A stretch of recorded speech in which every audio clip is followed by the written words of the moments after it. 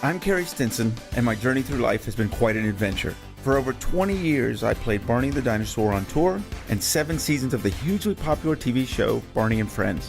Now my journey is to bring together friends and guests from all over the entertainment world for inspiring and at times amusing behind-the-scenes conversation. I'm Carey Stinson, and this is Purple Roads. Welcome to Purple Roads. My name is Carey Stinson, and as always, I'm thrilled you're here. We've been talking about this show for a little bit. I know fans, you've been getting so excited. We've been working on schedules to get this, and guess what? She's here. This is Sophie Shrand, this cool show. I love these new shows that are coming out. It just makes me so happy to see what's going on in the industry. And she's got a show called Science with Sophie. This is the creator and the host. Sophie, how are you? I'm so great, Carey. I'm thrilled to be here finally. So thank you so much for sticking with me and making it happen. Well, we both had challenges with our schedules, but we worked it out. We made it here. I knew it would happen. And this is going to be a treat for the fans because this is a show. I love what you're doing. I love what's going on. Thank you so much. Thank you. I'm really excited to share more about it and share what I do and why I do it, and hopefully inspire some folks to watch and share it with their people.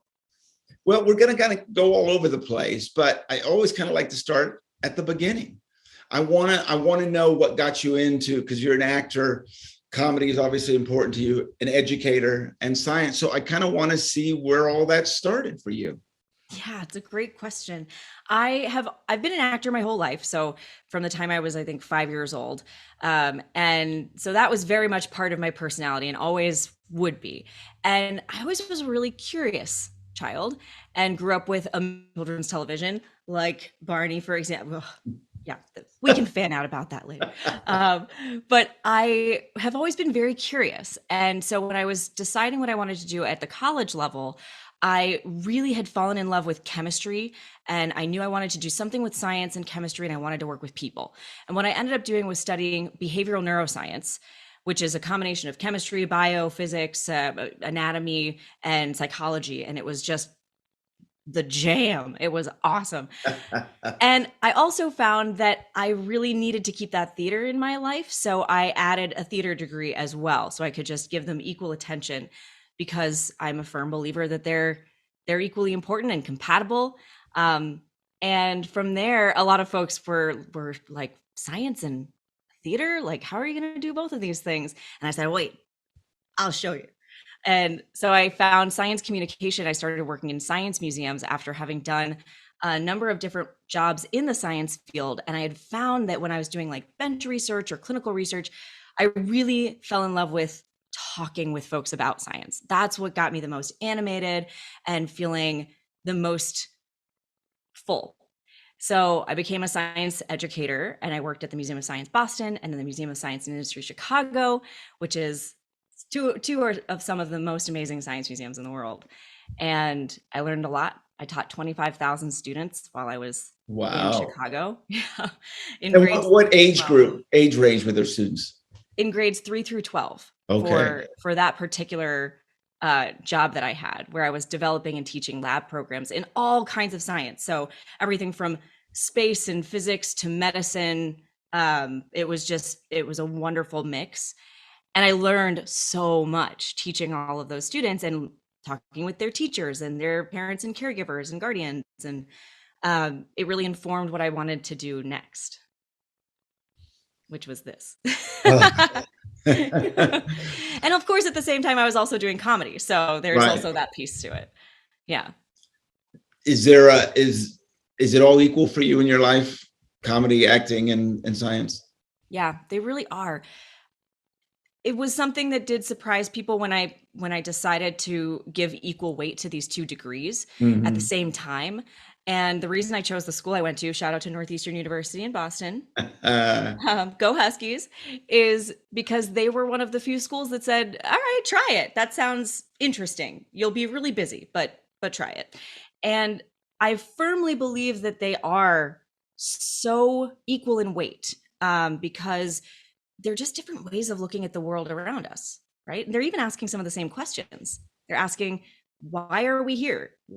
To be a human. what's our relationship to each other and our relationship to the universe. And so by combining these, we can actually get into some really different nooks and crannies of those questions in a way that I find wholly satisfying and fun. Did you have supportive parents through this? Yes. Because I'm guessing the answer is yes. Yeah. And then you'll see where I'm going with this. Okay. Yes, I was incredibly lucky to be born into a family with very supportive parents. Both my mom and my dad were not only artists themselves in many ways, and so there was a bit of a legacy there, and a recognition of the importance of art and theater and performance. There's also a science background in my family, and so that was nurtured. And really, not all of my siblings have gone into what I do. We're all actually doing really different things, but my folks were always incredibly our champions. They were always our champions. Yeah. It was the game changer in my life. You can imagine when I told my parents I was going to be a purple dinosaur, what the thoughts were going to be. And you can imagine some parents wouldn't be able to handle that very well. But my parents were all about it. You know, when it came to my college decision, what I'm going to do after college, you know, and this, and I've told this story many times, but my dad was always like, you know, you're an adult and you've got to make these decisions. I'm here to support you. And I'll tell you, when I got to play Radio City, my dad was there. And he just, you know, we're sitting there looking around, standing in the middle of Radio City after the show, after a sold out show. And he just, you know, smiled at me. And of course, that's all, it means everything, right? It means everything. But I think it's so important. I think that's, you know, that's one of the things I love what you're doing, because you're showing this to others, that you can do these things, that you can, you know, you can find your path. I think it's just wonderful. Thank you. Yeah, it's been really important to me to be what I wish I had when I was a kid, and to be the role model I wish I could have experienced myself, right? So being a person who didn't really want to have to choose, even though some people in my life said you have to choose one or the other. They were, and especially when it comes to theater and the arts, right? Because as you were just saying, like, a lot of people don't recognize the validity of the arts, even though we consume it every single day, and without it, we would be toast. So, you know, there's a, I think that's also perhaps distinctly American. And so we need to recognize that in ourselves and push through it. And so, yeah, I was really lucky to have those parents who recognized, you can be whatever you want to be. And whatever that is, we are here to be amazed by it and to support you in everything. And that is so critical. It's everything. I mean, there are people who've done it without that support, but by gosh, is it helpful to have it? Absolutely. Because it's hard no matter what. Right. And it's just much more difficult if you don't have that, you don't have the people in your lives. Because I really don't come from, I mean, all of my friends are not theater people. They're not, you know, they just didn't understand that. They were supportive towards it. You know, and my family, my mom was a dancer, my dad was a drummer. So they did understand it. You know, they did other things, but they did understand that aspect and that passion. And I think that's what we're really talking about here, right? When you have a passion, you just have to do it. Like you just have, it's who you are. It's just part of you. Yeah. Yes. Oh my gosh. I mean, there are still days where I think, you know, maybe I should just go to medical school, because at least that would be straightforward and would have some answers. And, you know, a lot of what I've chosen to do is really quite, not that medicine's not complicated, but, you know, there's no straightforward path in this kind of career choice. And then I think for like 2 more seconds and then 1 more breath and go, you know what, though, this is where I'm meant to be. This is my combination of things that is what makes me most alive. I often would say like that I was really at a crossroads between medical school and comedy, and I chose comedy for the health insurance.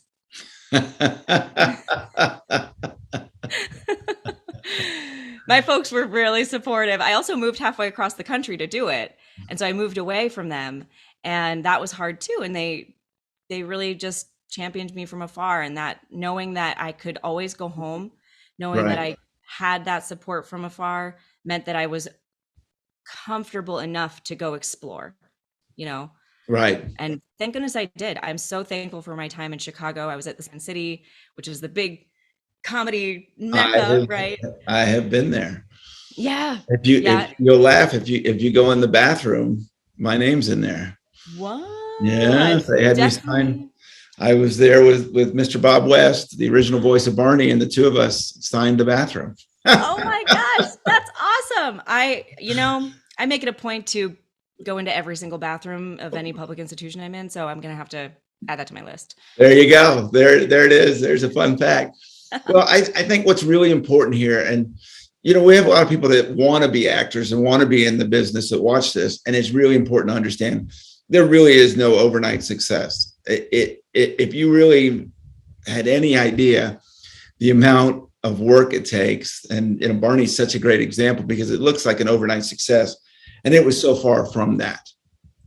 It took so much work, from Cheryl Leach creating this idea and then finding the people, and then you create this wonderful show, except no one knows about it and what it takes to get it out onto a video and then a TV show and all of that. And obviously we didn't have what we have now and what we're doing right here, with Zoom and YouTube and these things. Yeah. I love what we have here now with Zoom and YouTube and these great things. But now, and I'm guessing as I'm getting ready to ask you this question, that you are the host and the founder, but you're probably a producer and a director and an editor. And I'm presuming there is really about 20 different jobs that you're doing on Science with Sophie. Yeah, it is very true. I've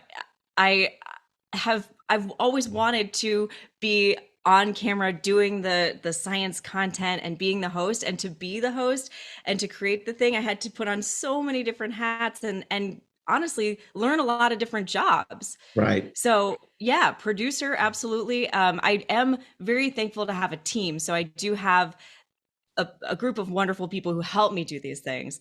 For our fully produced episodes for our seasons, I'm not the only one. I couldn't possibly be, especially when it comes to editing and stuff. But yeah, I have had to learn to edit, and I've had to learn to direct, which I love. Actually, I really love doing that. And I've had to become an entrepreneur. Right. Yeah, which I certainly did not expect. Northeastern University has a great entrepreneurship program. I had no idea about it when I was in school because I didn't know that's what I was going to do. The idea of like running a business just did not sound good. And honestly, still doesn't sound fun. It's not my favorite part, but it allowed me to have the independence to create something the way that I knew it needed to have that heart, Right.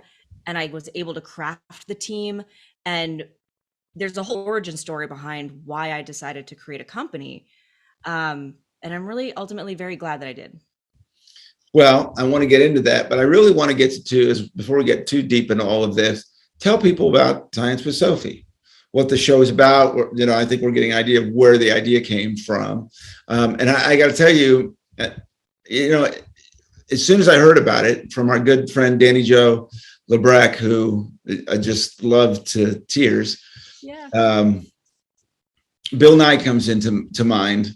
Obviously, when I first heard about this, when he told me, and I watched it, and I was like, "Wow, this is so great!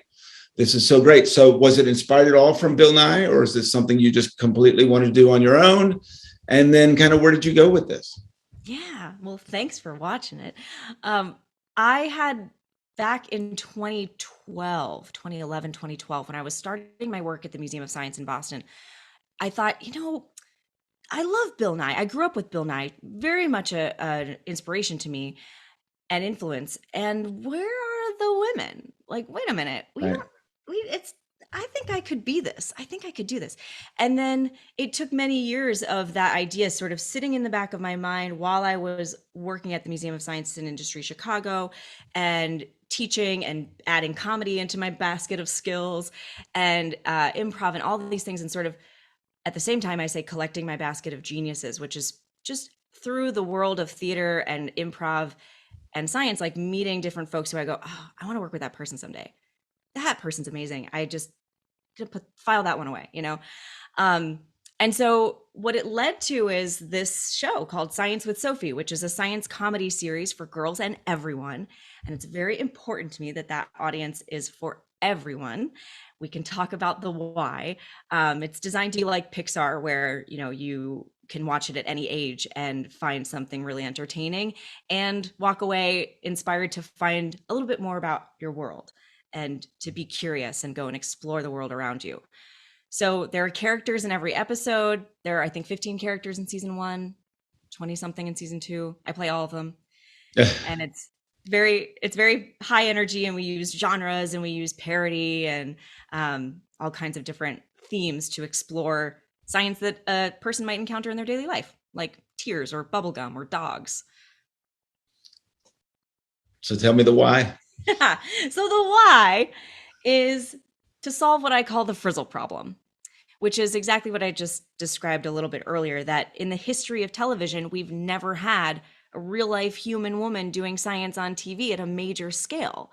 Right. And that's starting to change. We're starting to see more women represented on screen, and we just need more and more and more. We're half the population, and it's a really solvable problem because we're here. We're half of the people.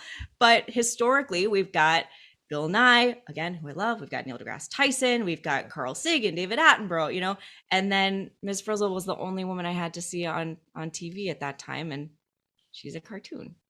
Right. She's awesome, but she's not a real person. Well, that's what makes this so important, right? We can all start our own shows. Yeah. Now it's not easy. It is very difficult, right? Because we don't have all the marketing and all the aspects of the things you need to do to actually get your show out there, and what it takes is a lot. I know. So it's a lot.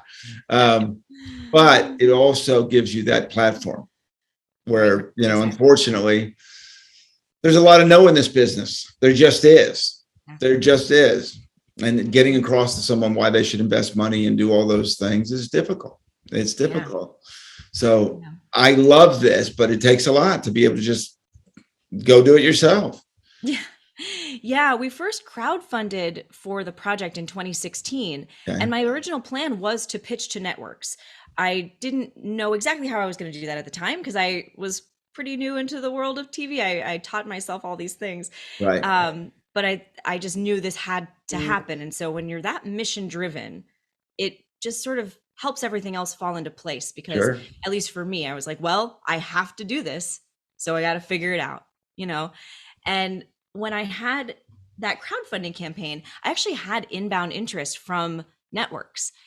So I hadn't reached out to anybody. They had found us through our campaign and reached out to me. Sure. And then the conversations that I had, were the same issues that I was facing as a woman in science and as a woman in comedy, right? Sure. So like a producer, a pretty high level producer was like, we loved that you were doing science in a dress. Like that was the thesis statement they walked away with from our crowdfunding campaign. And others that were like, we love what you're doing, but we did just greenlight a show with a woman host. Like one, there can only be one, right? So those kinds of conversations just kept happening, and there were opportunities that didn't quite feel right, that were like, yeah, maybe this is how it works, but this doesn't seem authentic, or this seems like it's going to turn into something that just becomes science in a dress. And that's never what this was intended to be.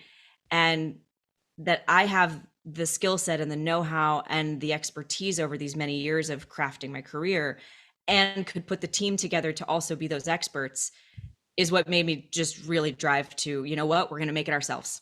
Right.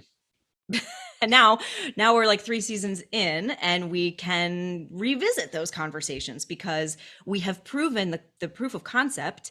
Sure. We have made it with the voice that it needs to have. So now it can be authentic.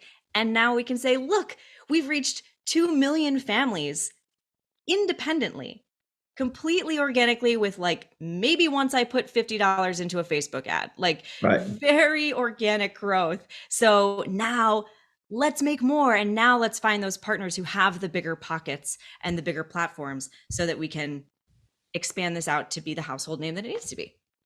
Well, we have that in common as well. Obviously, Barney was created by Cheryl Leach, who, took the idea, or her father-in-law, who took it to the board of his company, and they turned it down.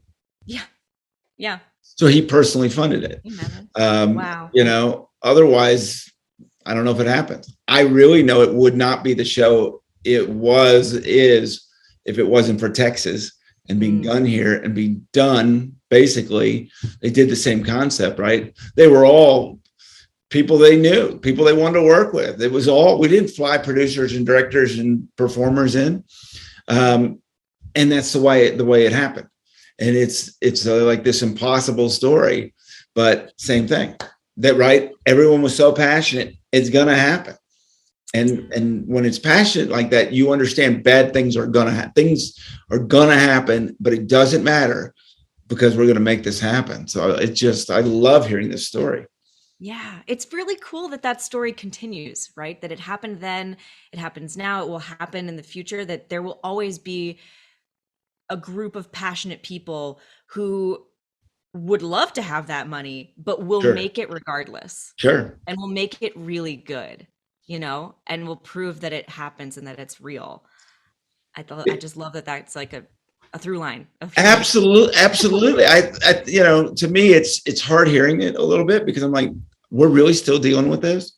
Well, yeah, that's true. We're really still dealing with this. I mean, I think we've learned by this. Obviously, Barney's not the only show that this has found success that had to push through. Yeah. So it is really hard to believe that those things are still happening. And, I will tell you, it just hurts my heart hearing you say some of these things because, saying, well, women are here. Well, my God. Right. My wonderful wife is the CEO of the Library Foundation in Fort Worth, Texas. Cool. And so she raises money for getting out reading programs across, and it just, so proud of her. But she runs into some of that stuff, and it just blows my mind. Yeah. It just blows my mind, the things that have to. And it should not in any way take away any credit from you and what you're doing. But goodness gracious. Yeah. It's a shame that it does, but it does. You understand it and you just push through. And I can tell this is the part. And I think this is the connection you have with Danny Joe. Why I love Danny Joe is so much too, because he stands by it. Right? He's had opportunities and this and that, but if it ain't right, it's just not right. And I see you doing that as well. Yeah, we have to. It can be so hard to walk away from an opportunity that on the surface is very shiny, very much what you'd think on paper would be good, right? And at the end of the day, we have to be true to our missions, right? And again, that North Star can just actually be really helpful as a guide, because you can just put everything up to it like a mirror and go, okay, does this match?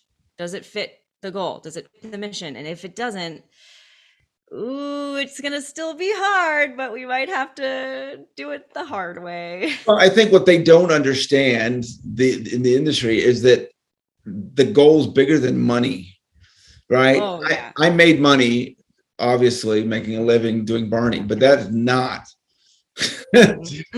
what I was able to do with kids and the experiences and all of those things. And that was Barney and all of that. Yes, we made money. I also spent a lot of money giving back to charity. We spent a lot of time taking Barney to hospitals, not because we were told we had to, because we had to do it. And that's, I think, where it's missed. Yes, this is a business. Yes, you have to make money, but there's something more important. All of everyone, but also these young girls that you're going to inspire to do these things is so important, and is way more than any dollar. Yeah, it's absolutely right. You're so right. It's I don't know if you heard that beeping. That's my coffee machine turning off, I do. I got one too, so I understand. You're good. Like having help in the form of an automated coffee machine. But yes, you're so right. That mission-driven piece of a social entrepreneur, right? That there are two bottom lines as an entrepreneur. There's of course the money, because we need to make a living, and there's the impact. why can't we make a living while putting good out into the world? Yes, Right? There should be no choice. We shouldn't have to absolutely. choose. Right? Like the theme of my life is like, don't choose, do all the things. Right. And so I have to say, I'm really, really thankful to have been introduced into a community of social entrepreneurs. So in 2018, I became a Camelback Ventures fellow.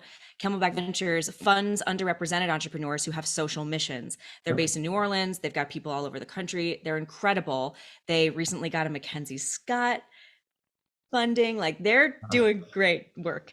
Right. And Right. I am so thankful to be part of that community because it has shown me there are so many of us who are doing that. Like we believe in it and we are taking the steps to make it true, where we can make a good living and make the world a better place. Right. Yeah, and we're gonna have to, because otherwise we're not gonna have a planet to live on. So we gotta we gotta all start like reframing our mindsets, you know? Well, a lot of us are, and that's what I think is so great. And we're just kind of dragging the rest of them behind. And Yeah. I think, but you do what you have to do, and I think that part is Yeah. just amazing. And that's the great part of these new opportunities that we have. I want to talk about the impact here. Are you starting to, do you hear from the fans? Do you hear from the people? What are those experiences like for you? As They I see are, that big smile on your face. yeah. They are the best part of the job. I mean, you know, like when you get to work with children directly, and when you're in the TV space, oftentimes we're not directly with our audience, you Right. know? So it can end up feeling a bit disconnected, and especially over the past 2+ years, it often has felt like, is anyone there? Like Right. I don't get to have those live events the way now we're coming back to them, but you know, the live events have always been very fun for me because I get to interact with those students and those young people. And I do get feedback from people all over the world now, which is truly humbling and inspiring, astounding to me. You're talking about the benefits of the now, where we have this ability to reach people that we couldn't have reached before.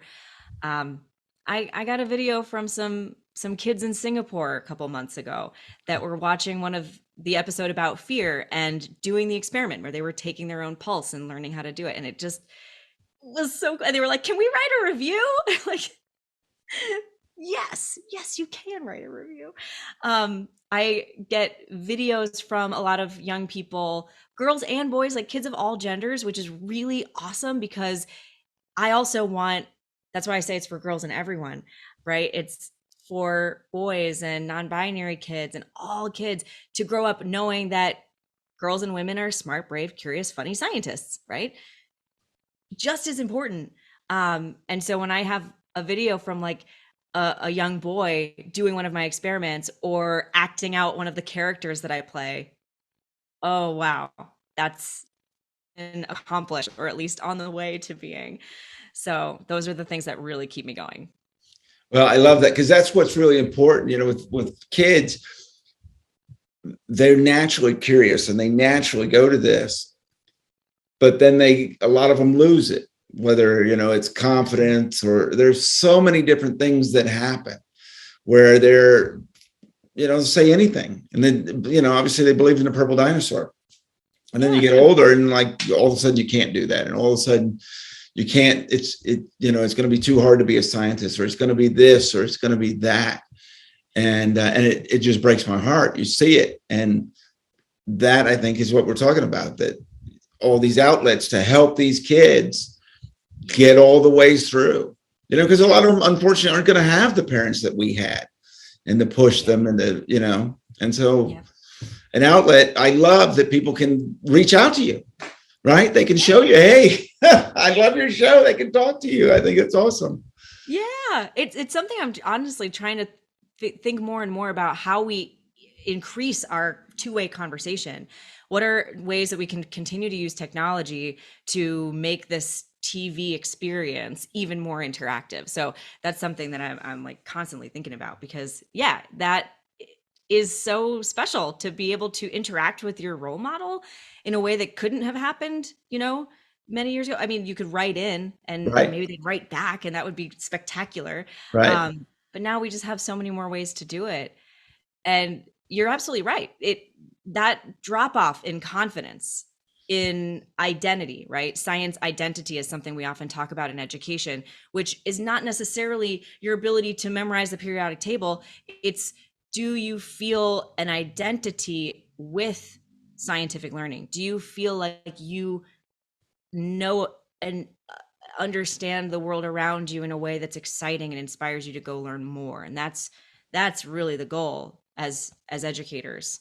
A lot of us feel that way, and so yeah, that's something I hope I can be for kids as they age, as they grow up, and that's one of the reasons it's designed to be, fun for different ages to watch.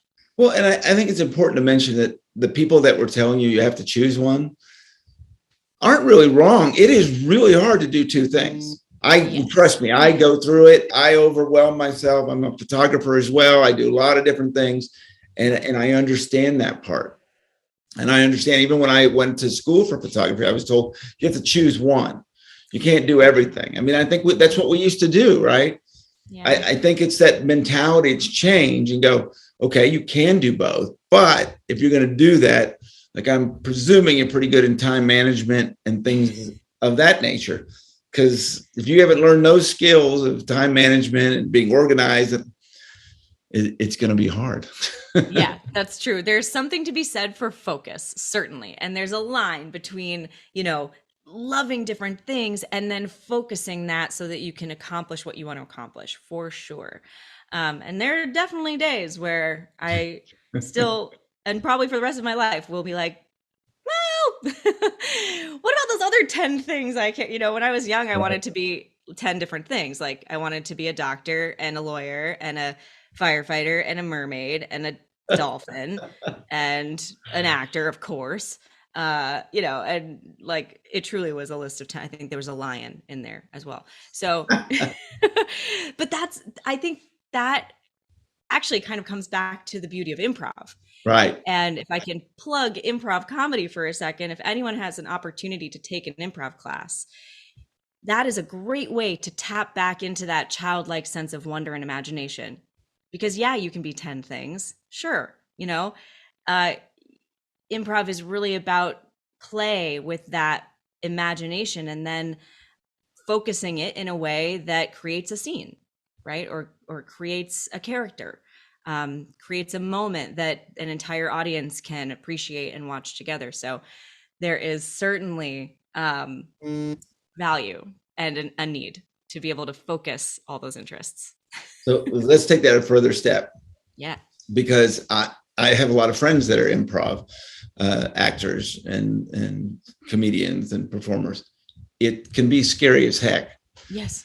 So put that out to people, to take that step and what it's like, and that it's okay to fail and still be able to succeed, right? You can make mistakes and all that. So talk about that a little bit, because I know that can be scary as heck to just get out there.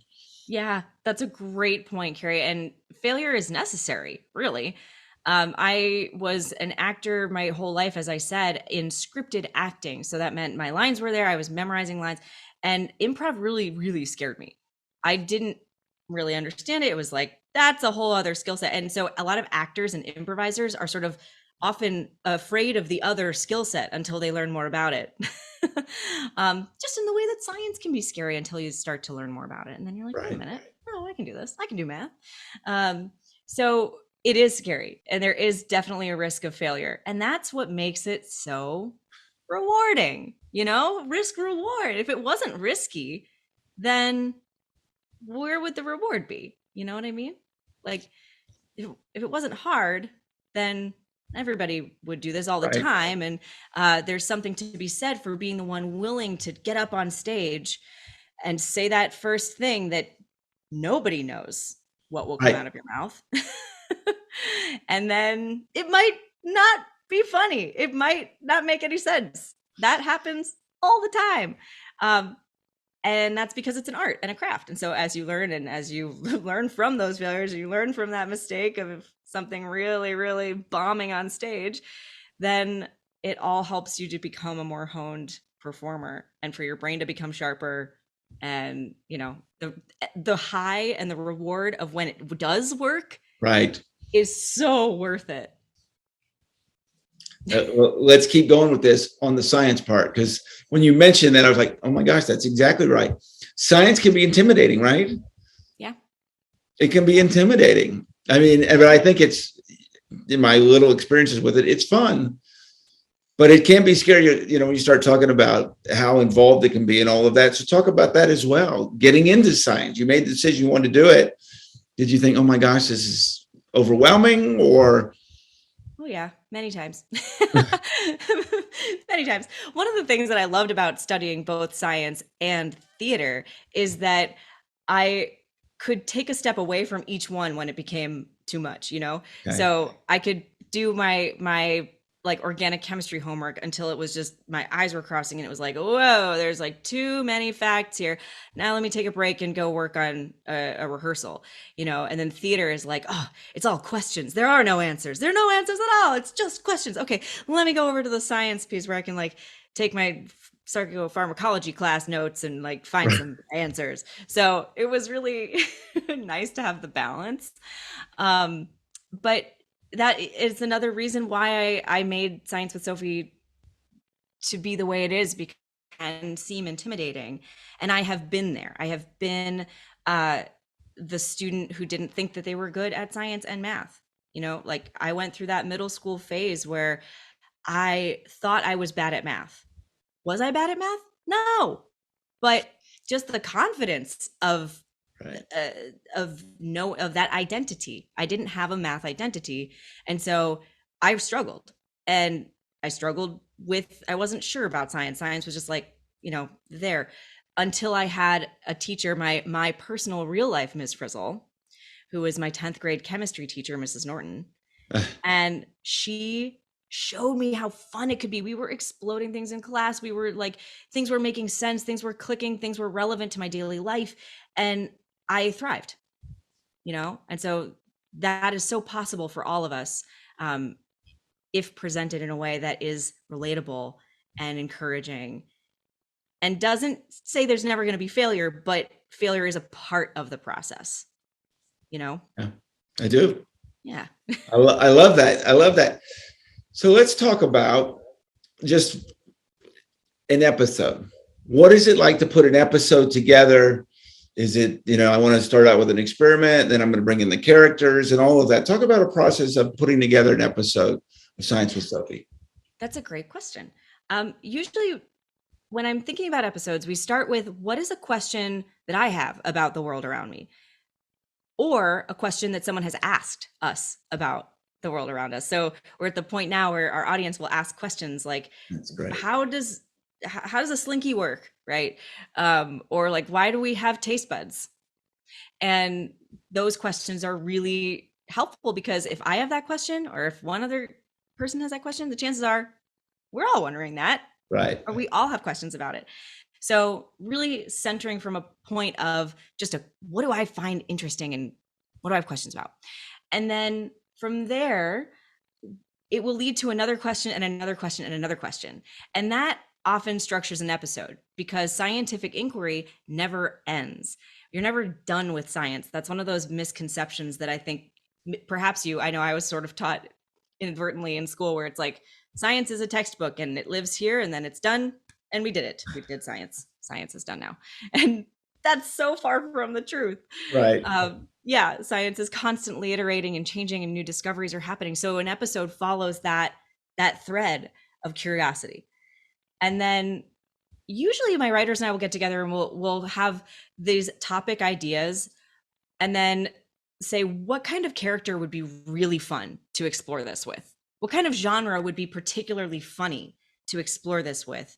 And so my writing team are all scientists, educators, comedians, child development specialists, and they're all ladies.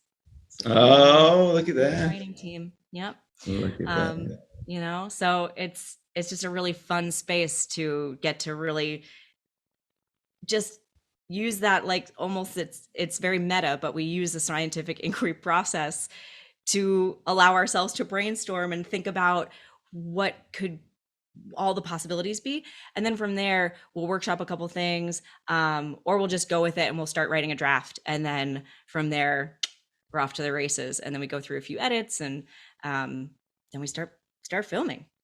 After how long does it take to put a show together? Yeah, it's like, it really depends. When we're doing a full season, right now, the way the season is structured is like, it's 5 episodes. Each one is under 10 minutes long. Okay. So typically that takes a few weeks to film. Season 1, we filmed in 2 weeks. Season 2, we filmed in, I think, 3. And I had moved, I was like in the process of a cross-country move to New York at the time that we filmed season 2. So that was, again, the scrappy world of independently produced television, right? Is that we're filming in my apartment in one room while my mom is like packing up our entire life in the other room. So it really does take a village, but generally it takes, for one episode, I would say, a few days of filming, depending on the locations, if we're outside, if we're inside, if we're at a park. And then same sort of deal with editing. Will usually take a few months to be in post-production for the entire season. Right. So we're looking at the through lines, and we're looking at where there can be callbacks that we've put into the filming, and then we can edit them together. It's really quite satisfying when we get to triangulate an entire season that way. And what have you seen since then? So you put out the series. I'm talking about this little thing on this shelf here behind you. This little thing. this ketchup bottle, you mean? Yes. No, maybe above that. Possibly above that.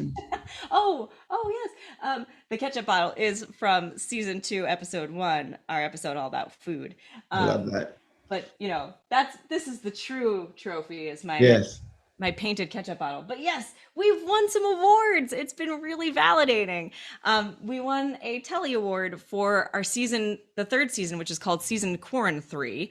And that is a season that we made entirely during the pandemic, completely remote, completely in quarantine. I was here stuck in my apartment in New York. Our director, Matt, was on FaceTime.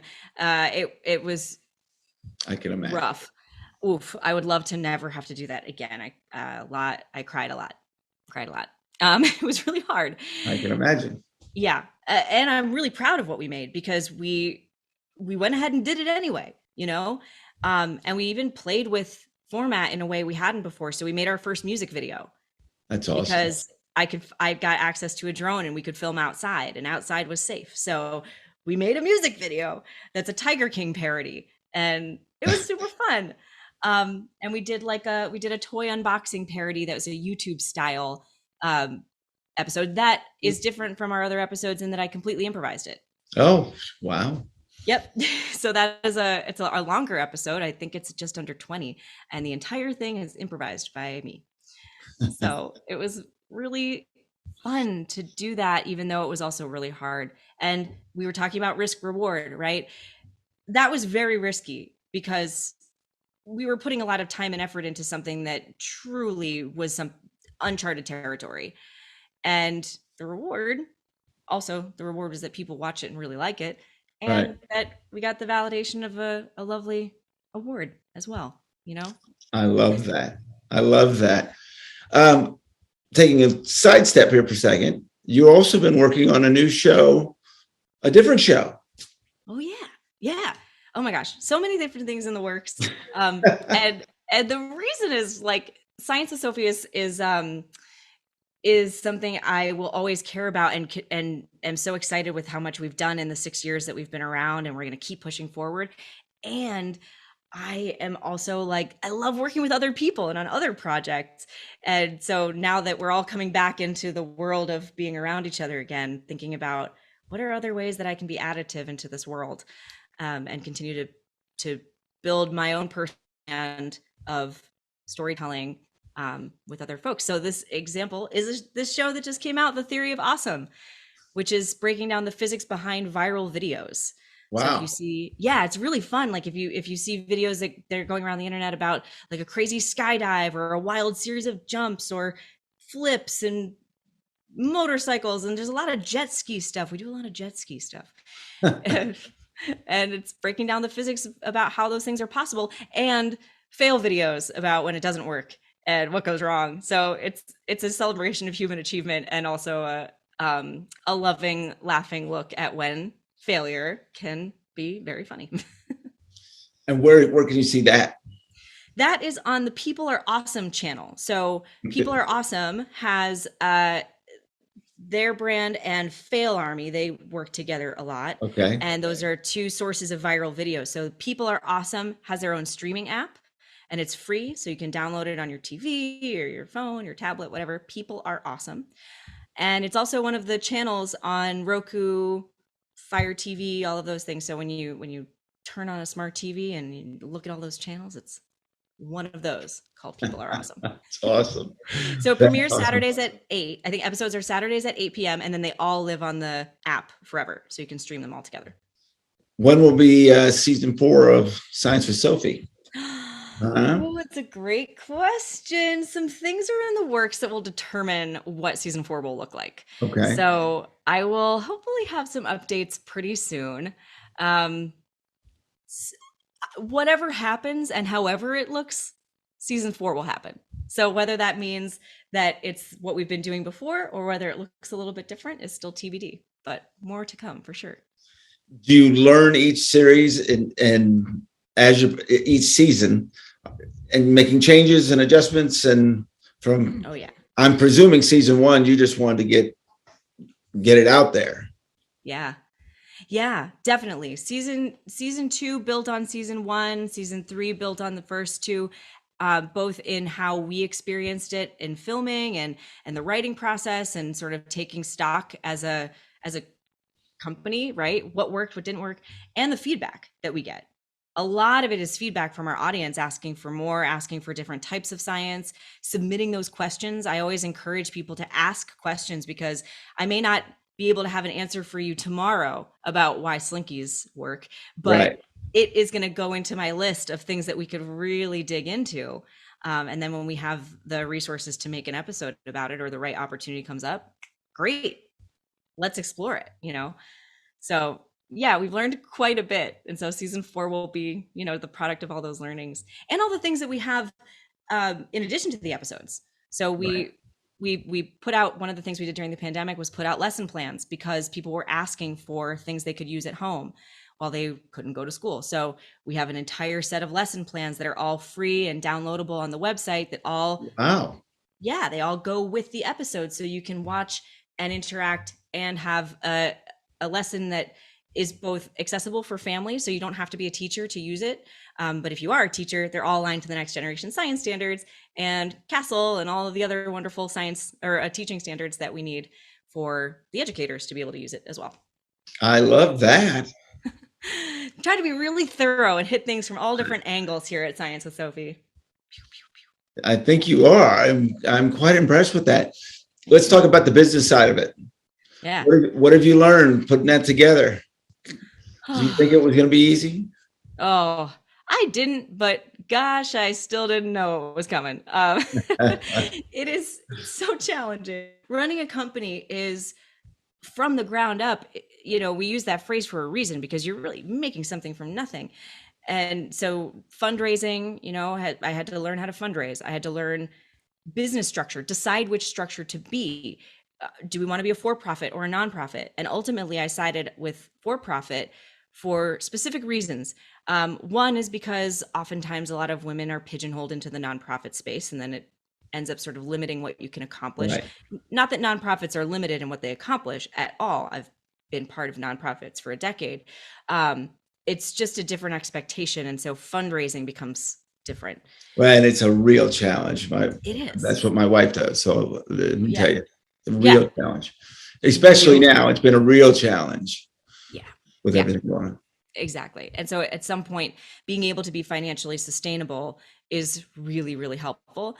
And coming back to what we talked about earlier, that there's no reason why we can't make a living and put good into the world. So that's social entrepreneurship, right? Let's be a social mission driven company.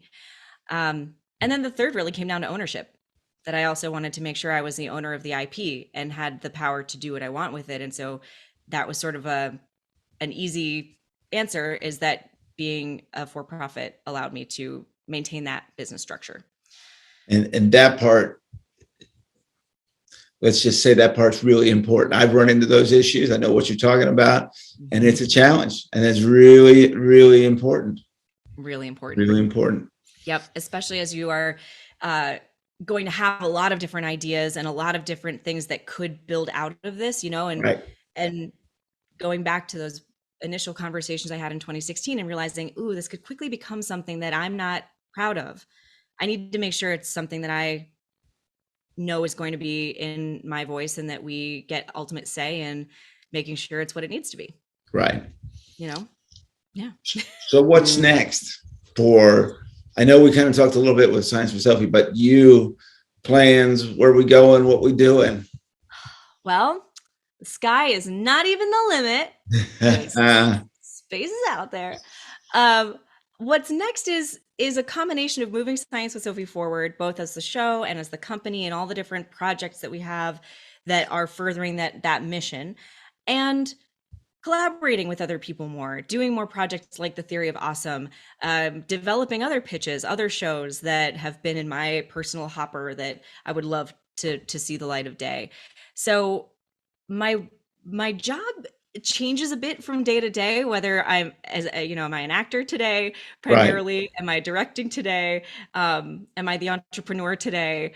Am I the producer today? Right. And like it really does ebb and flow.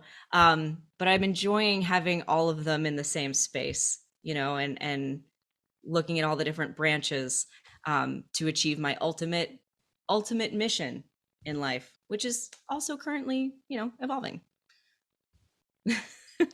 Is that a vague enough answer for you, Carey? No, that works. No. I get it. I get it. I totally get it. Yeah. I want to wrap up with, what's been your favorite experiences through this process, right? You decide you're going to do it. You got to enjoy some of it. What has it been? Whether it's hearing from fans or just getting a show out there, or an award, or what is it? What have these experiences been that you've enjoyed so much? That's such a great question. There really are many parts of it. I rag on the business side, but I do enjoy learning. And so I've really enjoyed learning how these different games work and these different components to the big machinery of creating something from nothing. So that is really joyful to me when I'm able to say we created something from nothing. And then even perhaps more simple and really to the heart of it, I love making people laugh. And when I make someone laugh on set, or when I make someone laugh in an audience in a way that is a loving laugh, right? Not laughing at, but laughing with. Right. Is really, that's the best. That's either it's a tie between that and the aha moment. The moment where I'm with somebody and we're exploring a science concept and they go, oh, right? Like, oh, wow. And the two are equally important to me. So that sort of moment of emotional connection with the world around us is what I live for. And it's been such a pleasure having you on the show. It's been such a pleasure being here, Carey. Thank you so much for your wonderful questions. Oh, this has been a treat. Well, congratulations and continued success. I cannot wait to see where this goes. Me neither. Well, don't be surprised if you get another email from me down the line saying you got to come back. You got to talk about this and see what's going on. Deal. I would love to. Well, continued success, and we'll all be looking out to see what happens with season 4. And all over Purple Rose, you'll find out how to watch and see and check out everything that Science with Sophie and everything that Sophie is doing. Thank you, Carey. Oh, thanks so much for having me. It was a pleasure talking about these things, and I look forward to the next one. Thank you. I look forward to it as well. And thank you for watching Purple Roads. Remember to keep your eyes, ears, and your heart open, and you'll find that purple road. We'll see you real soon.